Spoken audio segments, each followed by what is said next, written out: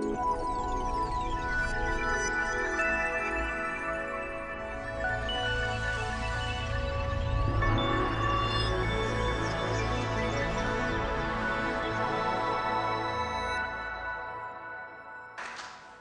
you so very much for your warm welcome. Thank you, Steve, for your very kind words of introduction. I don't know whether you heard the story of the widow who, with her son, attended her husband's funeral. And as often happens, you know, the pastor really goes to town in praise of the deceased. And in this case, the minister really excelled himself. And the woman turned to her son and said, "I think we've come to the wrong funeral."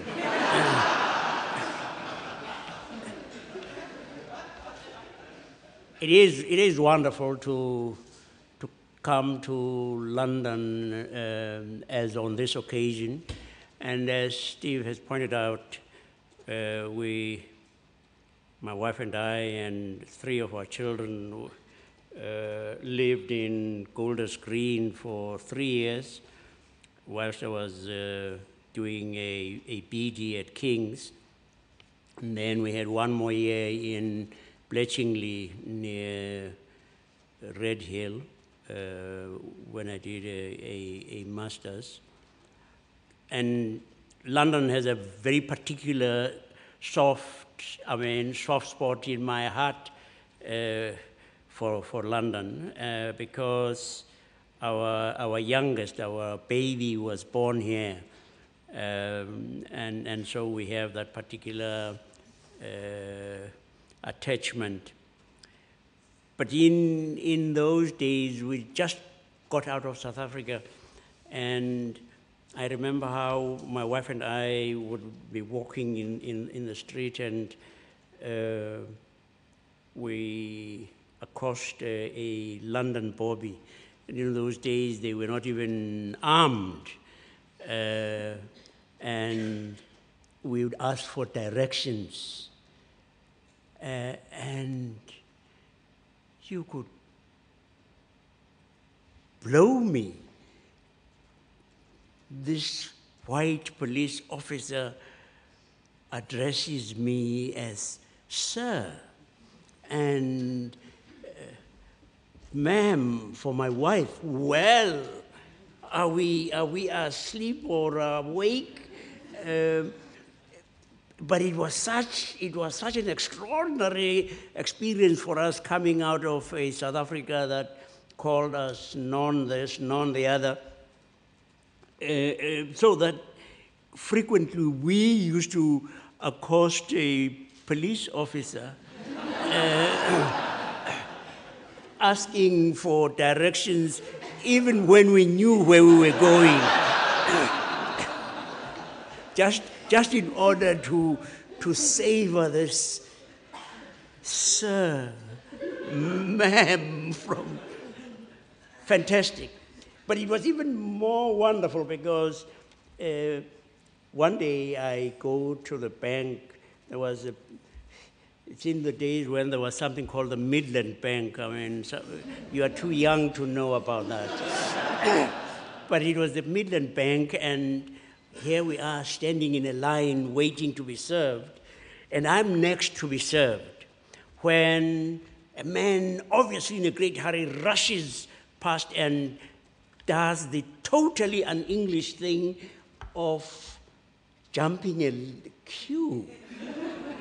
And I, coming from South Africa, say, well, this is a white man, and so he jumps the queue. And the teller, a woman, politely but firmly, "Sorry, sir, he," meaning me, "is next." Now that was, for most of you, it would be almost a totally insignificant thing. But, I mean, I grew inches, and I subsequently told her, she was Mrs. Venables, I said, you know what? You are my pin-up.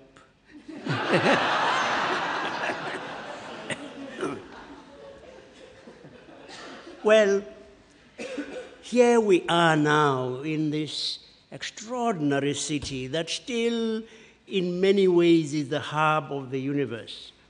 It has tremendous influence, even if not as in former days, but still, yeah. I mean, you know, everybody really wants to have come to London. Everybody wants to have been in Trafalgar Square. Now you no longer have the kind of things that we used to have. When I came in 1962, most of you were not even an idea in your father's head. They used to have pigeons, and one of the ways of showing that you are in London is to have a picture taken of you with the pigeons on your head.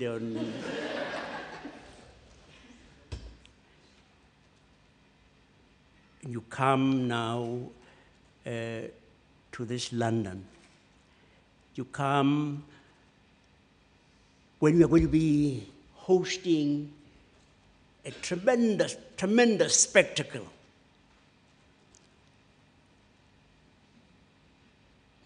You know, God created us for togetherness.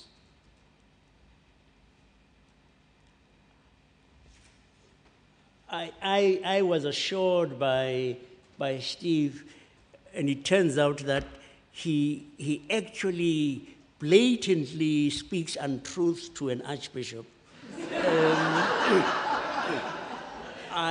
I said, now, Steve, is this a totally fresh audience? And he said, totally fresh audience. And I come in here and I see you, and I see you, and I see you. I mean, it's awful, because now if you tell the same story, don't just be friendly to me. I mean, I won't tell the same story. Well, I won't tell it in the detail that I did. I'm going to fix you. When we get out here, I'm going to beat you up non-violently.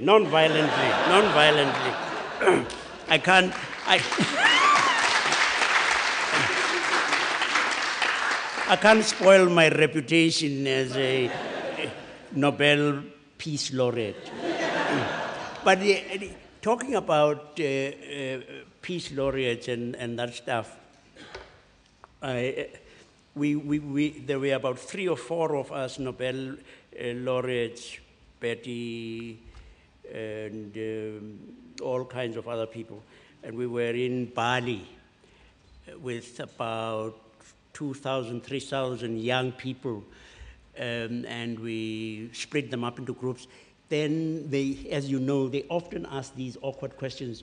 And one of them said, how do you become a Nobel laureate? And I said, oh, that's quite easy, actually. You need 3 things only. 1, you have to have an easy name. Tutu. You have to have a large nose. And it was very warm in Bali, and so I was in shorts, and I said, 3, you have to have sexy legs. But it was actually saying to those young people, Nobel laureates don't come floating down from heaven. They are ordinary run-of-the-mill human beings who have had the privilege of being able to do something that was perhaps striking. But it wasn't they. because they were being helped by all of these other people. I come from a country that, as you know, for a very, very long time was noted for how it excluded the vast majority of that land, basing it on a spurious thing, I mean, a total irrelevance, really, basing it on ethnicity. Now, what does the color of anybody's skin tell you about that human being which is of any real significance? Sometimes I would tell the story, which is actually a Maori story, about how God created human beings out of dust and then shoved them into a kind of kiln to fire them, like you fire bricks. So God puts in this lot into the oven and gets busy doing all sorts of things and forgets about this lot. And when he comes to rushes to open the oven, well, they are all burnt to cinders. And they say, this is how black people came about. And then God puts in a second lot. And this time God is over anxious and opens the oven too quickly. And this lot is underdone. and they say this is how white people came about. But it is actually a story to indicate the utter ridiculousness of making judgments about people and saying the thing that invests them with worth is this biological irrelevance. But yes, it did happen. In our country, you can't, I mean, now when we tell people about some of the things that used to happen, they think, no, but I mean, you're laying it on too thick, man. But it was true that if someone was injured and was lying on the side of the road, and it was absolutely crucial that they got treatment in an emergency room, and so you needed to have an ambulance come to fetch them. If it was black, and the ambulance that arrived was reserved only for whites, it would leave him. That is the system that so many of you helped to destroy when you participated in the anti-apartheid movement. But imagine, just imagine, had apartheid succeeded, the world would not have known that it is possible for people to be so magnanimous, that people who have been injured, hurt as deeply as we were, can in fact forgive. Had apartheid succeeded, the world would not have known a Nelson Mandela. Mercifully, this is actually a moral universe. Right ultimately prevails. And so apartheid bit the dust, and Nelson Mandela walked out free. But it was not just Nelson Mandela who became free. Our oppressors became free too. And the world now looks on and says, what a fantastic human being. an icon of reconciliation, of forgiveness. How impoverished would we have been as a world? Just think of a Mahatma Gandhi who taught the world. I mean, he went about wearing rather strange clothes. I mean, but a remarkable human being, about that size. But I mean, a real colossus who, with his satyagraha, influenced a Martin Luther King Jr. and did the kind of things that happened in the United States. And so, did you hear what they say in the United States? They say, Rosa Parks sat so that Martin could march. Martin marched so that Obama could run. Obama ran so that our children could fly. Well, just imagine, just think of all of the people who used to say, black people, they can't do this, they can't do that, they can't do this, they are totally incapable. Well, look at the White House now. I mean, God has an incredible sense of humor, don't you think?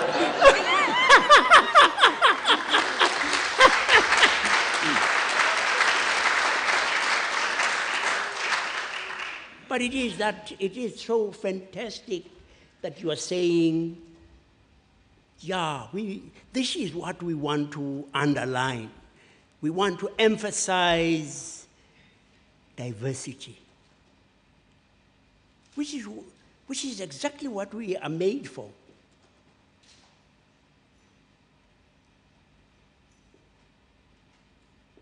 I told them the story of Adam.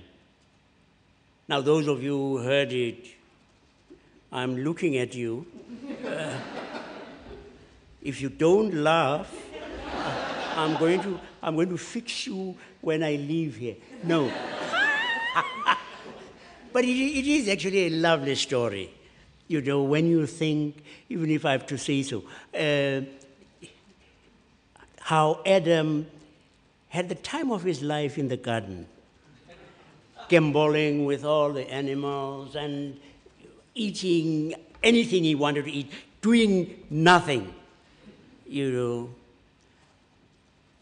But then God said, it's not good for this guy to be alone. And God said, Adam, yes. Adam, I think you need a partner. Adam said, God says, I'm going to make the animals pass in a procession in front of you. You choose one of these. What about this one? No! What about this thing? Not on your life.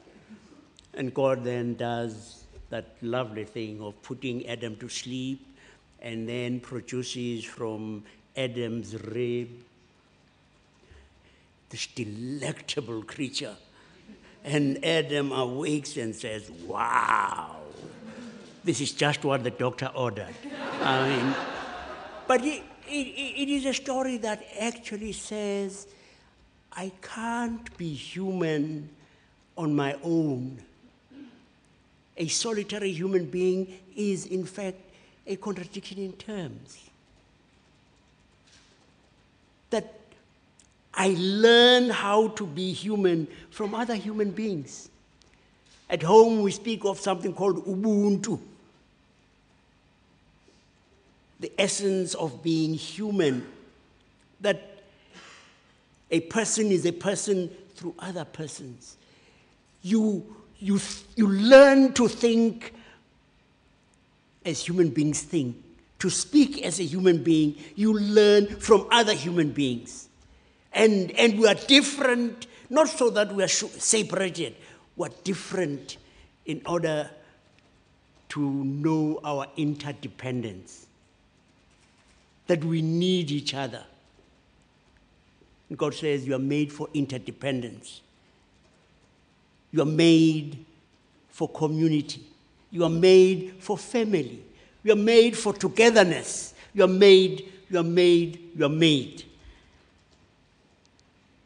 And you are saying these games are going to be characterized, are going to be known for the fact that they underscored diversity. That there are tall people and short people, substantial people, hourglass people,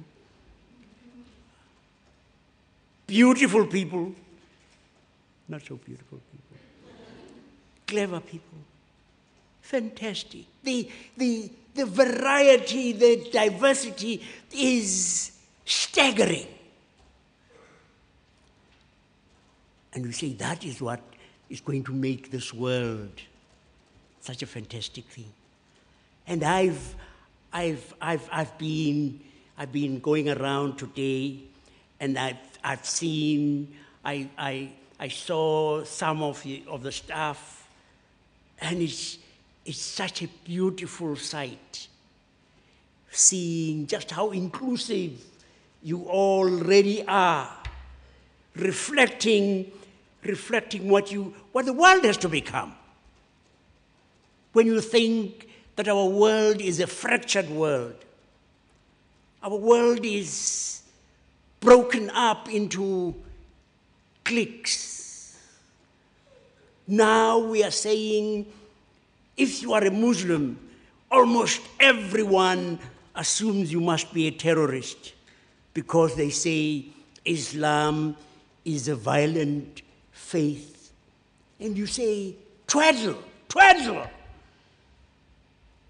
The last people ever to charge others with being violent are Christians. We ought to be the most penitent, humble. Just look across the seas. Northern Ireland, no Islam there. Roman Catholic, Protestant have been at each other's throats for donkey's years. Just think of the Ku Klux Klan in the United States, which actually uses a flaming cross as one of its symbols. And it says, to lynch black people is to carry out God's will.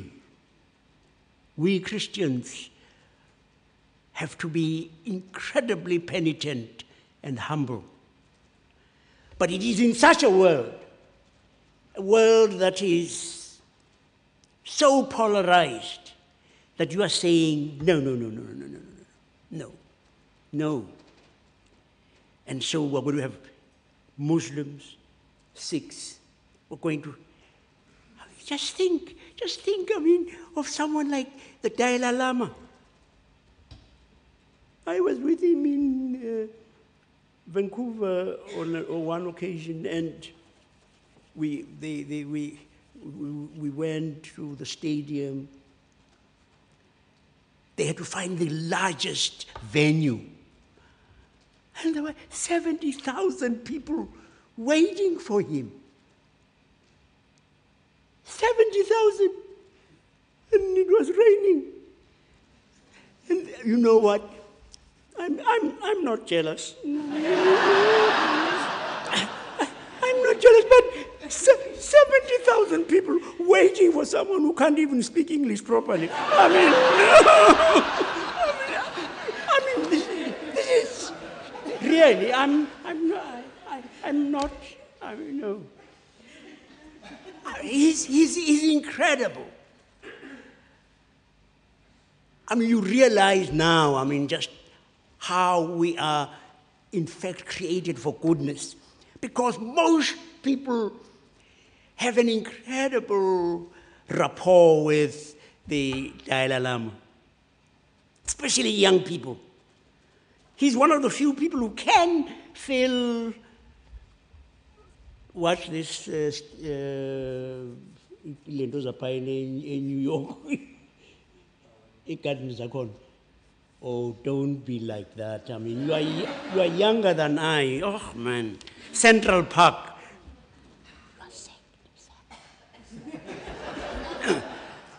Central Park. I mean, he's one of the few non-pop stars who can fill Central Park in New York. And people are attracted to him because he is good. But he's actually very, very mischievous. And when we're together, I have to say to him, shh, the cameras are on us, man. Try to behave like a holy man.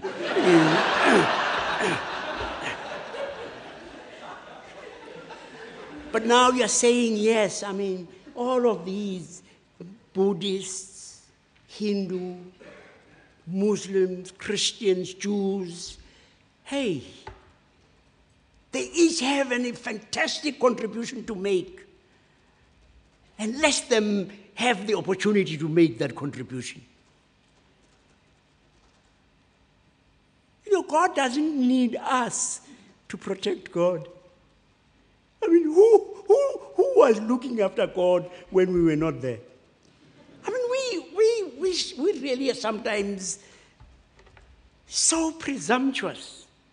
We think we know slightly better than God. God, look here. Your standards are not as high as they should be. We are very, very sorry. I mean, but these people have to be excluded. You mean these people are going to go to heaven? No, man, God, no. We have got the standards. We said this. Incredible. It's incredible that God doesn't snuff you out when you do that and say, you're gone now. I don't, who's going to look after me? But you are fantastic. Have you noticed how most of us tend to behave when you see someone in a wheelchair? What do? Most of us will speak in the third person about the person who is present. You say, you ask the person who's pushing, does he know how to?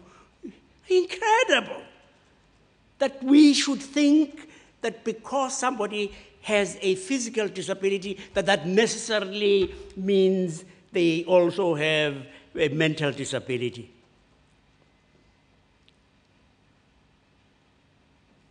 And you are saying, no. You are not going to exclude people on the basis of physical disability.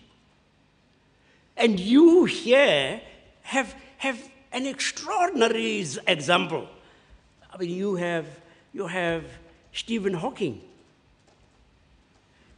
Now, the last time I spoke about him, I had to warn people that I'm not really name dropping.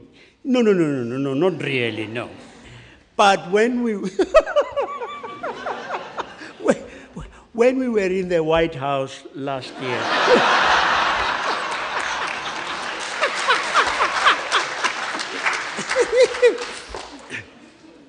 and we were being given this medal.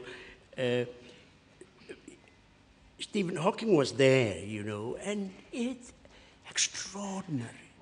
he really can't do anything for himself. If he dribbles, he can't wipe the saliva. He is done for him by his wife, who was his nurse. And I said, you know, he writes using English, doesn't he?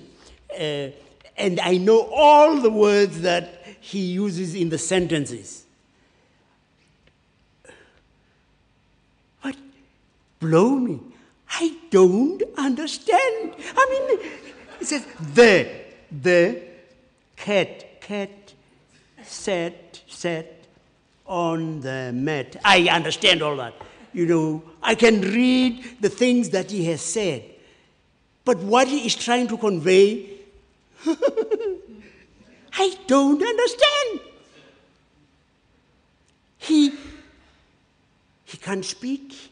He can't move. I mean, he's got to be helped.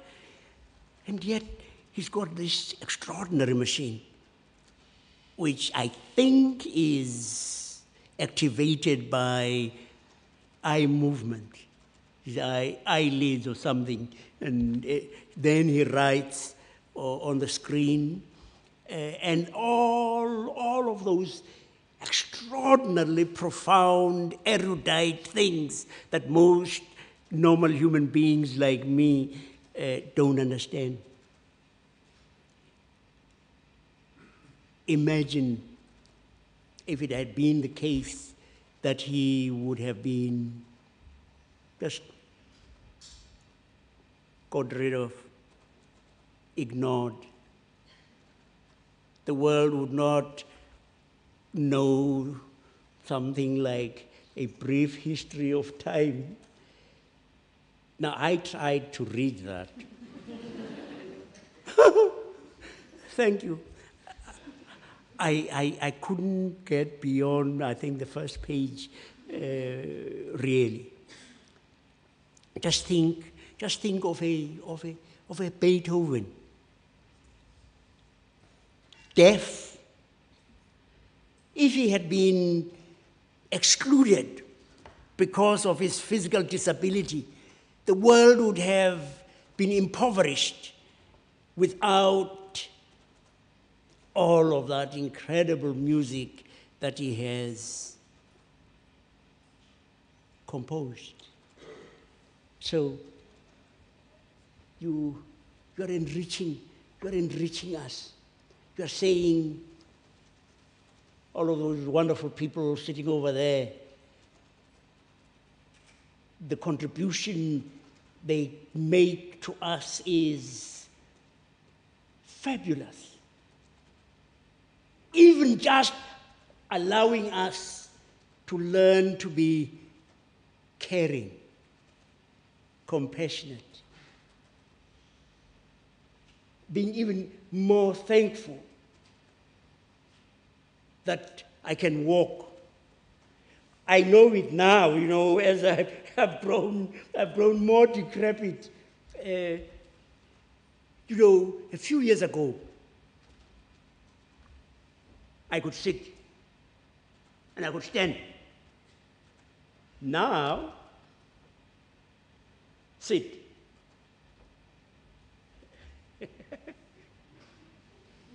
You go down gingerly. Getting up, is another matter. It's quite extraordinary. Actually, watching yourself grow old is a fascinating thing.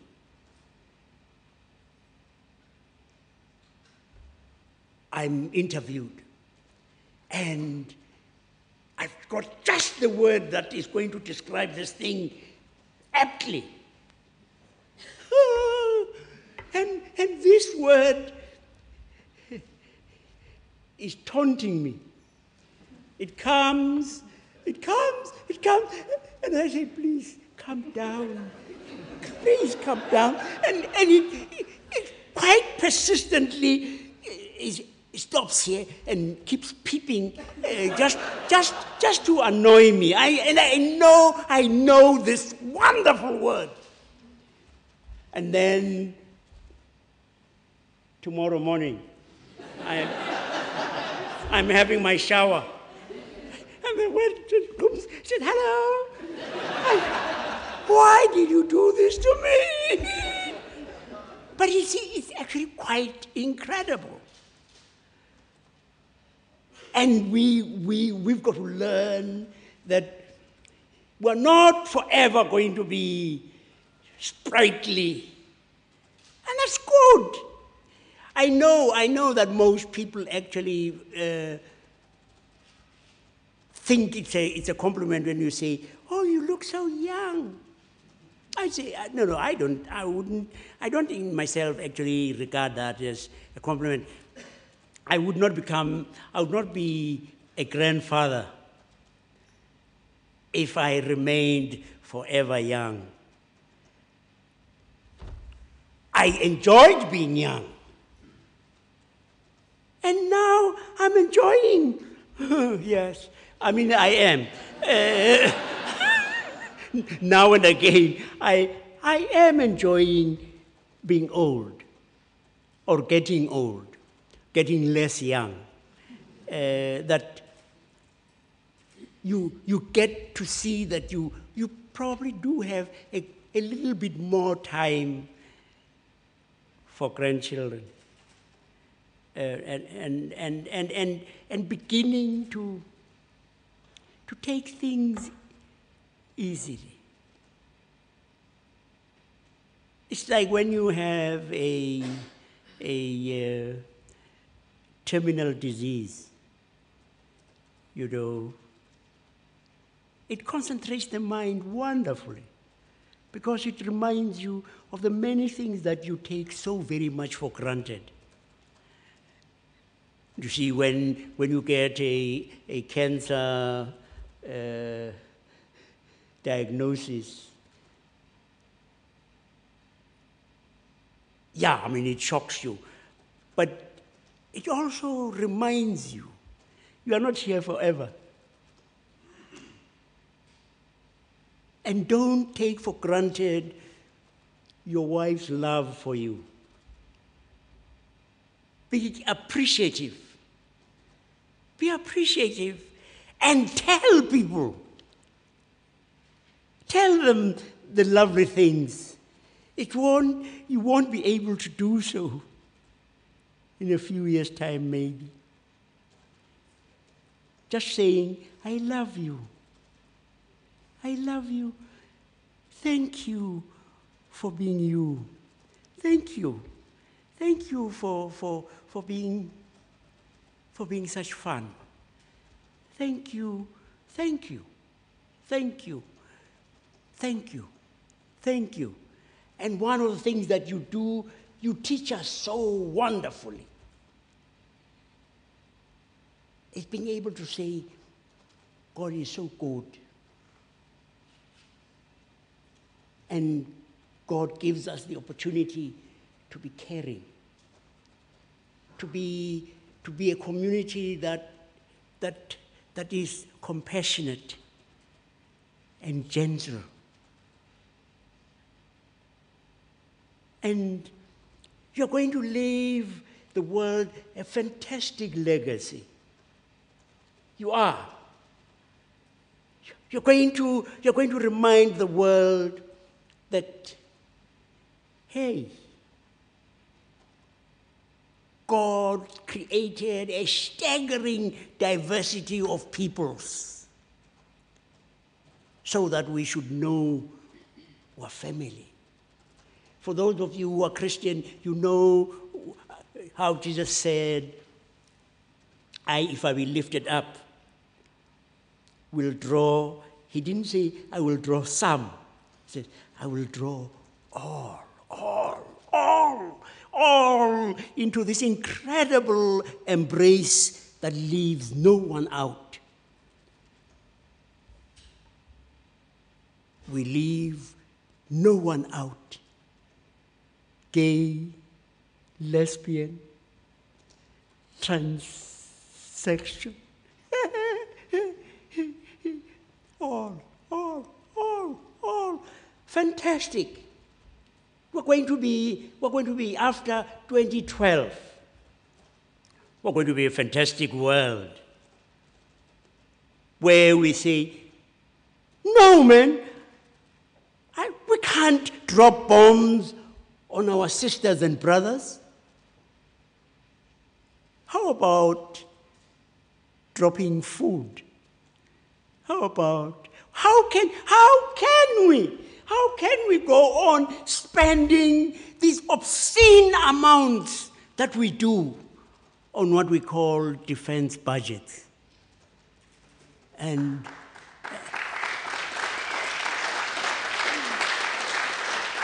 knowing, as we so well do, that a minute fraction of those budgets would ensure that every single child on earth had clean water to drink, had enough food to eat, had a decent health care, decent education. What's the matter with us? What's the matter with us? And you are saying, we are on the way. We're on the way. Watch the world after 2012. And if you look carefully, you're going to see God rubbing God's hands and saying, now you see, they have vindicated me. That's exactly why I created them. Aren't they something? Aren't they fantastic?